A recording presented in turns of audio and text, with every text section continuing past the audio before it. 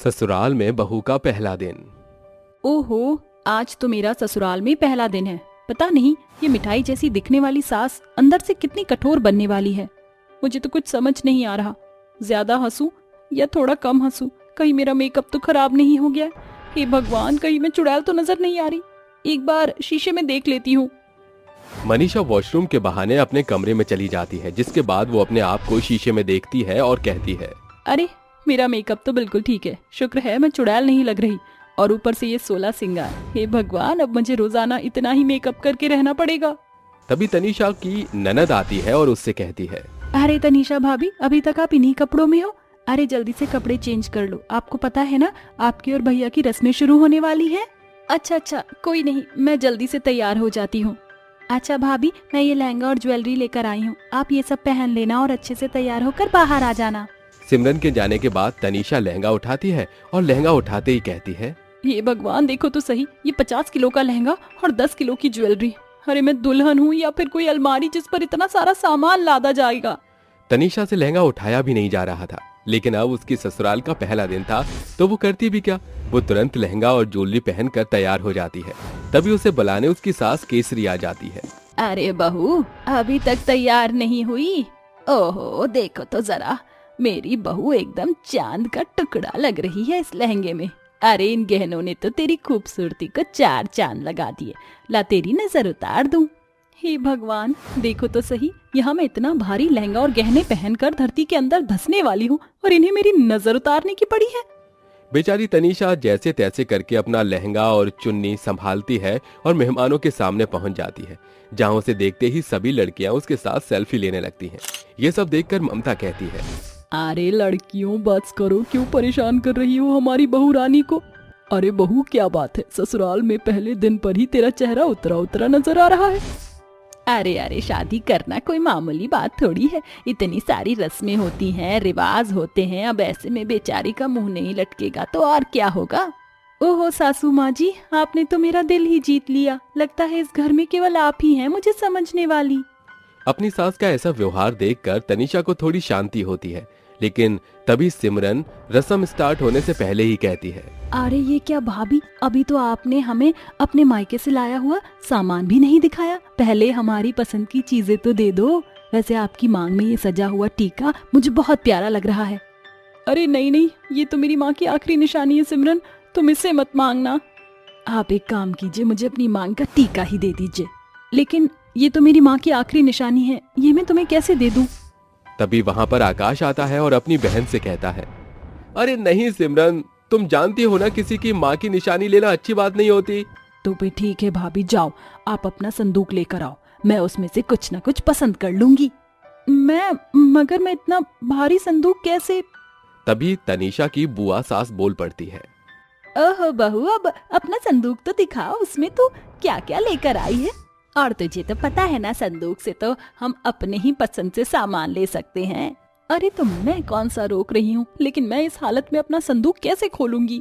अरे मेरी बहना, तुम भी हद करती हो। बहू की हालत तो देखो, इतना भारी लहंगा उससे संभाला भी नहीं जा रहा है और तुम हो कि उसके संदूक के पीछे पड़ी हो। एक काम करना, जब बहू सारी रस्में पूरी कर लेगी उसके बाद उसके कमरे में जाकर उसके संदूक को खुलवा लेना और जो चाहिए वो ले लेना। ये सुनकर तनीषा को थोड़ी सी संतुष्टि हो जाती है, जिसके बाद तनीषा की बाकी की रस्में शुरू हो जाती हैं। तभी आकाश की दादी तनीषा को देखने के लिए आती है। ओहो बहू, तेरी माँ ने तुझे संस्कार नहीं सिखाए? तुझे नहीं पता कि बड़े बूढ़ों के पैर छूते हैं? ओमवती के इतना कहते ही तनीषा नीचे झुककर ओमवती के पैर छूती है, जिसके बाद ओमवती तनीषा से कहती है, देख बहू, तूने सारी रस्में पूरी कर ही ली हैं। एक काम कर, अब तू जाकर हमारे लिए कुछ मीठा बना ले, तेरी रसोई की रस्म अभी बाकी है। फाइनली जिस रस्म का तनीषा इंतजार कर रही थी, आखिरकार उसे वो रस्म करने के लिए मिल ही रही थी। हाँ, क्यों नहीं, मैं अभी आपके लिए कुछ अच्छा सा मीठा बनाकर लेकर आती हूँ। तनीषा बहुत खुशी से रसोई में जाती है, लेकिन इतना भारी लहंगा और ज्वेलरी पहनने की वजह से उसकी हालत खराब हो जाती है। वो हलवा बनाने का सामान रसोई में यहाँ से वहाँ ढूंढ रही होती है। एक तो ये 50 किलो का लहंगा, ऊपर से इतने सारे गहने, अब मैं मीठा कैसे बनाऊं? ये भगवान, शादी के कितने चोचले होते हैं। तनीषा सबसे पहले अपने हाथों का चूड़ा उतारती है और अपने गले और कान से सारे गहने उतार कर रसोई में एक तरफ रख देती है, जिसके बाद वो हलवा बनाना शुरू करती है। लेकिन इतनी भारी भरकम लहंगे की वजह से वो पसीने से तरबतर हो जाती है। हे भगवान, कितनी गर्मी है। काश मैं इस लहंगे को उतार कर कुछ हल्का सा पहन पाती। तभी वहां पर आकाश पहुंच जाता है और उसके उतरे सभी गहने किचन में एक तरफ देख लेता है, जिसे देखकर वो अपने मन ही मन सोचता है, बेचारी इन रीति रिवाजों के चक्कर में परेशान हो गई, अब मैं इसकी मदद कैसे करूं।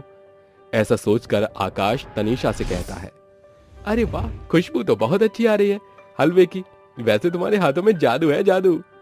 ये सुनकर तनीषा बहुत खुश होती है और मुस्कुराने लगती है। वो हलवा बनाने के बाद सबसे पहले आकाश को हलवा परोसती है और उसके बाद घर के बाकी सदस्यों को हलवा देती है। सभी लोग हलवा खाने के बाद तनीषा की बहुत तारीफ करते हैं। अरे वाह बहू, तूने तो बहुत ही स्वादिष्ट हलवा बनाया है। ये ले, मेरी तरफ से ये सोने के सिक्के तुझे उपहार में। अरे बहू, तेरे हाथों में तो जादू है। इतना स्वादिष्ट हलवा मैंने पहले कभी नहीं खाया। तूने तो मेरा दिल ही खुश कर दिया।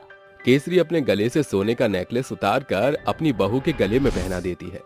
ये उपहार मेरी तरफ से तेरे लिए। हर कोई तनीषा की पहली रसोई पर उसे कोई ना कोई उपहार देता है। ये सब देखकर तनीषा बहुत खुश हो जाती है।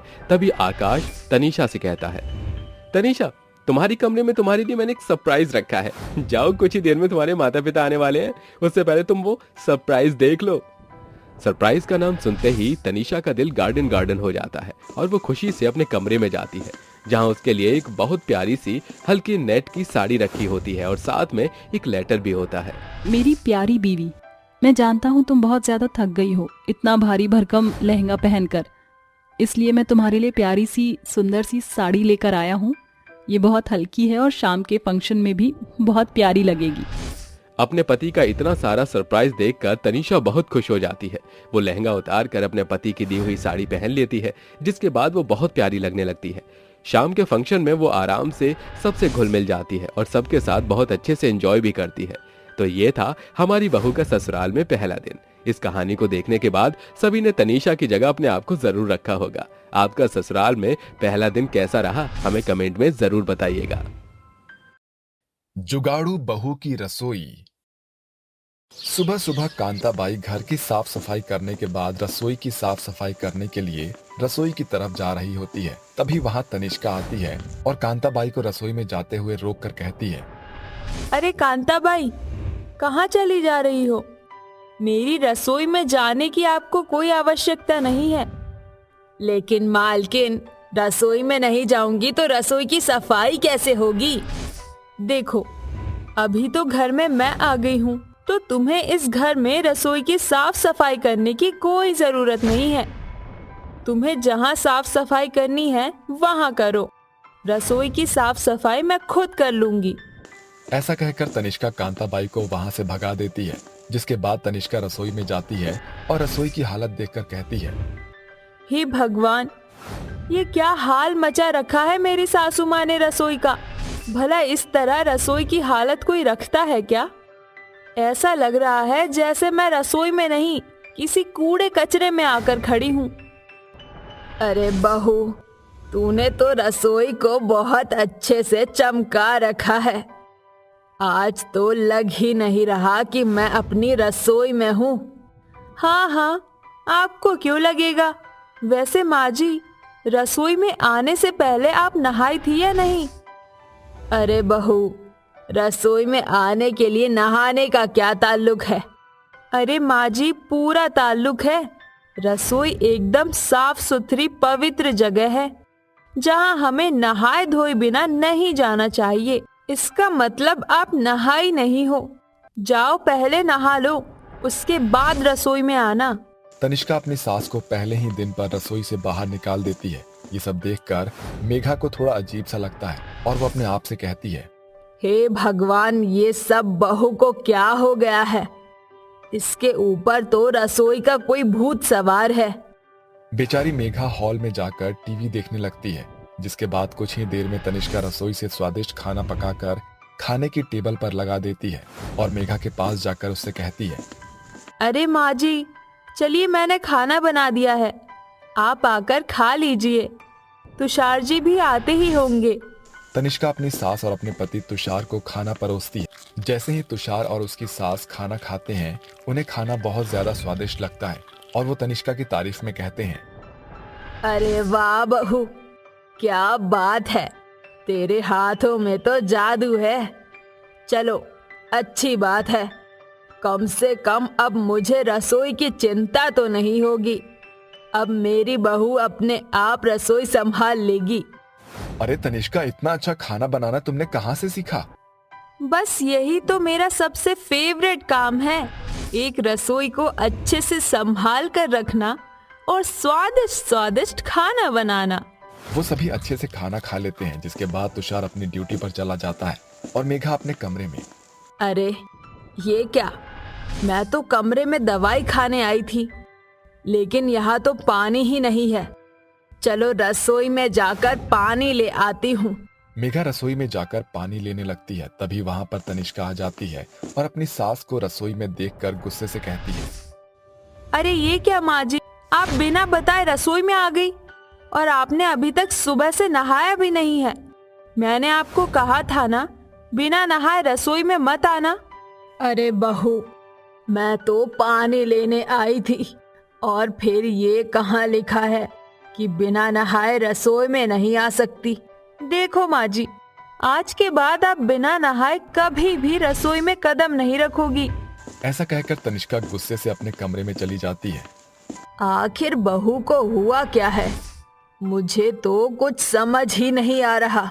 मेघा पानी लेकर वहाँ से चली जाती है। ऐसे ही धीरे धीरे कुछ दिन बीत जाते हैं और तनिष्का रसोई में किसी को भी नहीं आने देती।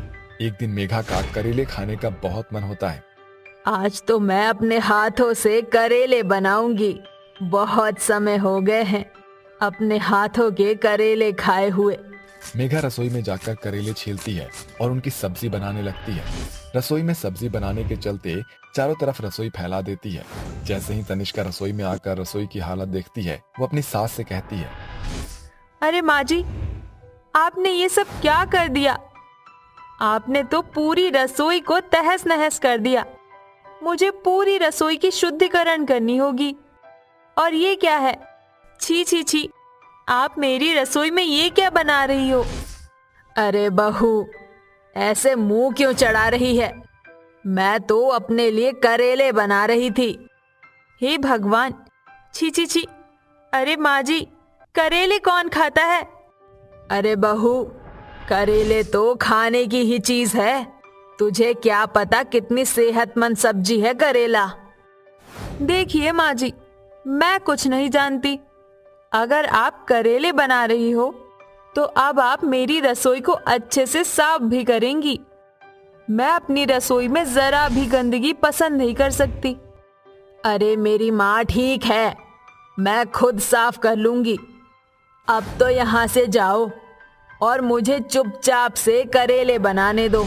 मेघा के कहने पर तनिष्का रसोई से बाहर आ जाती है, लेकिन उसे रसोई में अपनी सास को देखकर बेचैनी सी लगती है। थोड़ी ही देर में मेघा करेले बनाकर खाने की टेबल पर ले आती है, जिसके बाद वो अपने बेटे तुषार के साथ बैठकर करेले खाती है। तुषार अपनी माँ से कहता है, अरे वाह वाह, क्या बात है, आपने तो करेले बहुत ही स्वादिष्ट बनाए हैं। आखिर माँ के हाथों का स्वाद तो अलग ही होता है। ओहो, ऐसा क्या बनाया है माँ जी ने? जरा मैं भी तो चख कर देखूं। तनिष्का जैसे ही पहला निवाला खाती है, वो उसे मुंह से तुरंत थूक देती है और मुंह चढ़ाते हुए कहती है, हे भगवान, ये जहर की तरह क्या बनाया है माँ जी आपने? कहीं आपने मुझे जहर तो नहीं खिला दिया? अरे बहू, करेले का स्वाद ऐसा ही होता है, अब तुझे कौन समझाए। देखिए माँ जी, आज के बाद आप मेरी रसोई में कुछ भी नहीं बनाओगी, और अगर आपको रसोई में कुछ बनाना है तो मैं अपने मायके चली जाऊंगी। ऐसा कहकर तनिष्का तुरंत नहाने जाती है और अच्छे से कोलगेट करती है, जिसके बाद वो अपने रसोई को अच्छे से साफ करती है और अपने लिए स्वादिष्ट खाना बनाती है। जिसके बाद वो आराम से टेबल पर बैठकर खाना खाते हुए अपने आप से कहती है, ऐसे तो माँ जी नहीं मानेगी, मुझे ही कुछ करना पड़ेगा। अगले दिन जैसे ही सुबह होती है, तनिष्का नाश्ता बनाकर तुषार और अपनी सास को देती है, जिसके बाद वो अपनी सास से कहती है, माँ जी, आज मुझे बाहर जाना है और रसोई के लिए कुछ सामान लेकर आना है। ठीक है बहू, लेकिन समय से वापस आ जाना। ऐसा कहकर मेघा अपने कमरे में चली जाती है, जिसके बाद तनिष्का एक ताला लेकर आती है और रसोई के दरवाजे पर लगा देती है, जिसके बाद वो अपने आप से कहती है, अब जब मैं बाहर रहूंगी तो कोई भी रसोई में घुस ही नहीं पाएगा। ऐसा सोचकर तनिष्का चाबी अपने साथ ले जाती है और सुबह से शाम तक बाहर ही रहती है। जैसे ही वो शाम को घर वापस लौटती है, तुषार और मेघा गुस्से से उसको देखते हैं और कहते हैं, तनिष्का ये सब क्या है? अरे तुम कोई 2 दिन की बच्ची हो क्या? रसोई में ताला लगाकर जाने की तुम्हें क्या जरूरत थी? पता है तुम्हारी वजह से आज पूरे दिन माँ भूखी रही है। अरे बहू, रसोई में जाने के झगड़े या रसोई में कुछ बनाने का झगड़ा तो मुझे समझ आ गया, लेकिन तूने तो आज मुझे अपनी रसोई के चलते भूखा ही मार दिया। कम से कम थोड़ा तो मेरा ख्याल रखती। ये सब सुनने के बाद तनिष्का को अपनी गलती का एहसास होता है, जिसके बाद वो अपनी सास और अपने पति से माफी मांगती है। मुझे माफ कर दीजिए, आज मैंने कुछ ज्यादा ही गलत कर दिया। आज के बाद मैं ऐसा कभी नहीं करूंगी माँ जी। अब मुझे बस 10 मिनट दीजिए, मैं अभी आपके लिए कुछ बना कर लाती हूँ। तनिष्का तुरंत रसोई में जाती है और अपनी सास के लिए कुछ बना कर लेकर आती है, जिसके बाद वो उनके साथ बैठकर पेट भर खाना खाती है। लेकिन उस दिन के बाद से तनिष्का अपनी सास के साथ रसोई के लिए झगड़ना बंद कर देती है, जिसके बाद दोनों सास बहू रसोई में आराम से एक साथ खाना बनाना शुरू कर देती हैं। लंबे गले वाली सास। एक गांव में एक माया नाम की औरत रहती थी। माया उम्र में 45 साल की थी, लेकिन उसे अपनी खूबसूरती का बहुत ज्यादा घमंड था। वो ये सोचती थी कि वो पूरे गांव में सबसे ज्यादा खूबसूरत है, जिसके चलते वो अपने चेहरे पर बहुत ज्यादा मेकअप भी किया करती थी। वो हर रोज शाम के वक्त टहलने निकला करती थी। एक दिन वो टहलते टहलते जा रही थी। रास्ते में उसकी कुछ सहेलियां उसे मिल जाती हैं। अरे कांता, कहाँ जा रही हो? कहीं नहीं बहन, घर की तरफ जा रही हूँ। मेरी बहू और बेटा इंतजार कर रहे होंगे। अरे कांता, जरा अपनी तरफ देखो, तुम मेरे साथ ही हो और फिर भी तुम्हारी खूबसूरती बिल्कुल पतझड़ के पेड़ की तरह झड़ गई है।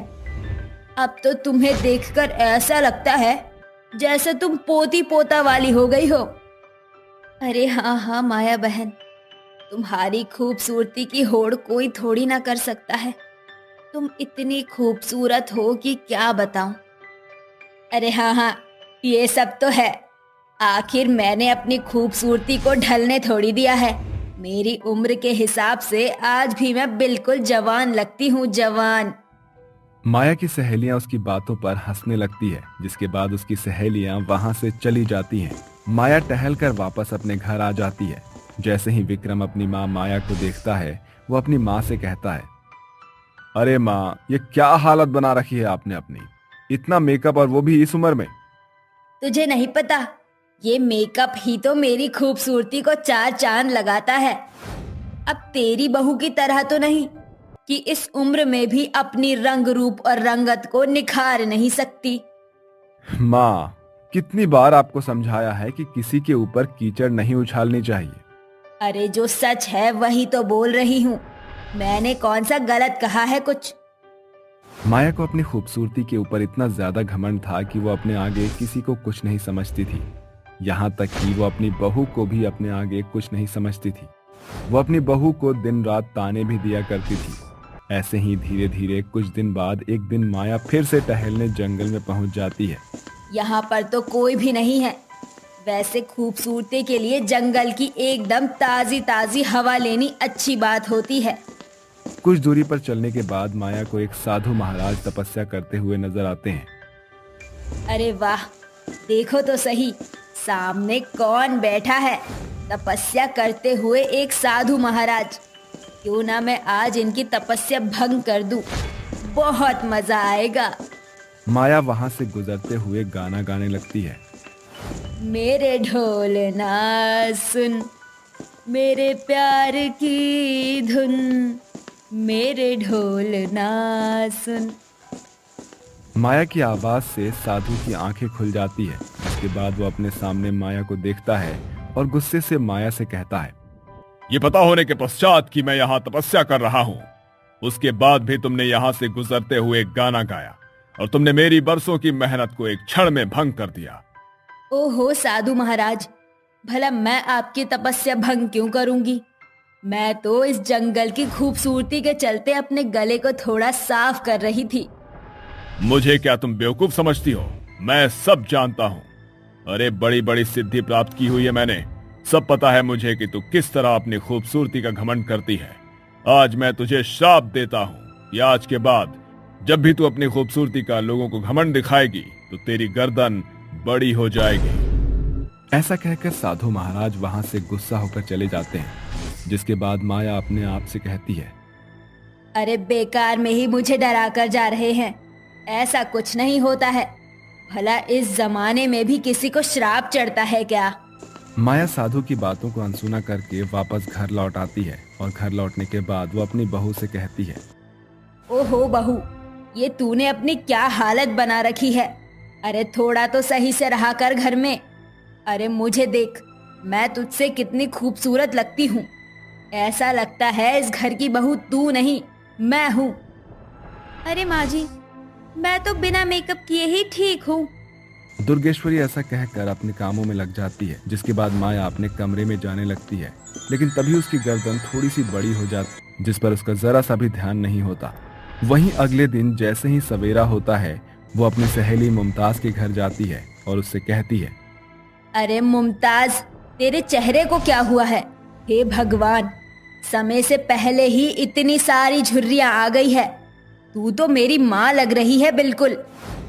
अरे अब उम्र के साथ ये तो होता ही है माया, लेकिन तेरी बात अलग है। तूने तो अपने आप को बूढ़ा होने ही नहीं दिया, या फिर ये कहूँ कि तू अपने आप को कभी बूढ़ा समझती ही नहीं। अरे मैं तो हमेशा ऐसी ही जवान दिखूंगी, मेरी चिंता मत कर। तभी माया की गर्दन थोड़ी सी और लंबी हो जाती है, जिसे देखकर मुमताज कहती है, मुझे ऐसा लगता है जैसे तुम्हारी गर्दन हल्की सी लंबी हुई है। अरे अरे, ऐसा कुछ नहीं है, मेरी गर्दन तो पहले जैसी ही है। माया मुमताज की बातों पर ध्यान नहीं देती, जिसके बाद वो उसके साथ थोड़ी देर बात करती है और फिर अपने घर के लिए निकल जाती है। रास्ते में चलते चलते उसकी गर्दन थोड़ी और लंबी हो जाती है। गांव के सभी लोग उसकी लंबी गर्दन देखकर हंसने लगते हैं। अरे देखो देखो, माया की गर्दन कितनी लंबी हो गई है। हे भगवान, ये तो बिल्कुल जिराफ जैसी गर्दन लग रही है। सब लोगों को अपने ऊपर हंसते हुए देखकर माया को थोड़ा अजीब लगता है। आखिर ऐसा क्यों हुआ है जो गांव का हर एक व्यक्ति मुझे देखकर हंस रहा है?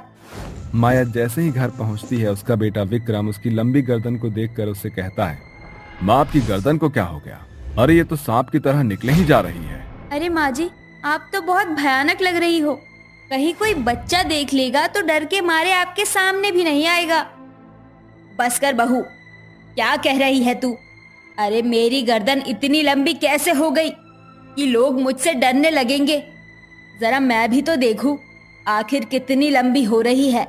माया शीशे के आगे जाकर खड़ी हो जाती है। इसके बाद वो अपनी लंबी गर्दन देखकर रोने लगती है। हे भगवान, ये सब क्या है? लगता है साधु महाराज का श्राप मेरी गर्दन को लग गया है। अब मैं क्या करूं भगवान? ऐसा कहकर माया रोने लगती है, जिसके बाद अपनी माँ की ये सारी बातें सुनकर विक्रम उससे पूछता है, साधु महाराज का श्राप? ये कैसी बातें कर रही हो? आपको किसी ने श्राप दिया है क्या माँ? माया ये सुनकर अपने बेटे और अपनी बहू को साधु महाराज के बारे में बताती है। इसे सुनकर दुर्गेश्वरी अपनी सास से कहती है, देखा माँ जी, आप हमेशा लोगों को देखकर उनकी उम्र का मजाक उड़ाया करती थी और अपनी खूबसूरती का इतना घमंड दिखाया करती थी कि कोई आपके आगे कुछ कह नहीं पाता था। लेकिन आज देखो, आज आपको कोई अगर देख ले तो 7 दिन तक डर के मारे घर से बाहर ही ना निकले। बेटा, ये सब मैं बर्दाश्त नहीं कर सकती। मुझसे बहुत बड़ी गलती हो गई। आज के बाद मैं कभी किसी की खूबसूरती का मजाक नहीं उड़ाया करूंगी और ना उनकी उम्र के हिसाब से उनकी तुलना करूंगी। लेकिन मेरी गर्दन मुझे पहले जैसी चाहिए। मैं तुम्हारे आगे हाथ जोड़ती हूँ बेटा, कुछ कर। आप चिंता मत करो माँ, मैं साधु महाराज को ढूंढ कर लाऊंगा और उनसे इस श्राप का तोड़ मांगूंगा। विक्रम जंगलों में जाकर यहाँ वहाँ साधु महाराज को ढूंढने लगता है, लेकिन उसे साधु महाराज कहीं नहीं मिलते। जिसके बाद बड़ी मुश्किलों के बाद उसे एक पेड़ के नीचे साधु महाराज बैठे हुए नजर आते हैं। वो उनके पास जाता है और अपनी माँ की सारी परेशानी उन्हें बताता है। जिसके बाद साधु महाराज विक्रम से कहते हैं, तुम्हारी माँ को अपनी गलती का एहसास हो गया है, तुम चिंता मत करो। अगले दिन जैसे ही सवेरा होगा तुम्हारी माँ की गर्दन पहले की तरह बिल्कुल ठीक हो जाएगी। ये सुनकर विक्रम खुश हो जाता है और अपने घर वापस लौट आता है, जिसके बाद वो अपनी माँ को साधु महाराज की बात बता देता है। बेचारी माया रोते रोते रात को सो जाती है। अगले दिन जैसे ही सवेरा होता है वो सबसे पहले उठकर शीशे में अपनी गर्दन देखती है। भगवान का लाख लाख शुक्र है कि मेरी गर्दन पहले की तरह ठीक हो गई। आज के बाद मैं कभी भी किसी की खूबसूरती का मजाक नहीं उड़ाऊंगी और ना किसी की तपस्या भंग करूंगी। उस दिन के बाद से माया बिल्कुल सुधर जाती है और लोगों को परेशान करना बंद कर देती है और अपने परिवार के साथ खुशी खुशी रहने लगती है।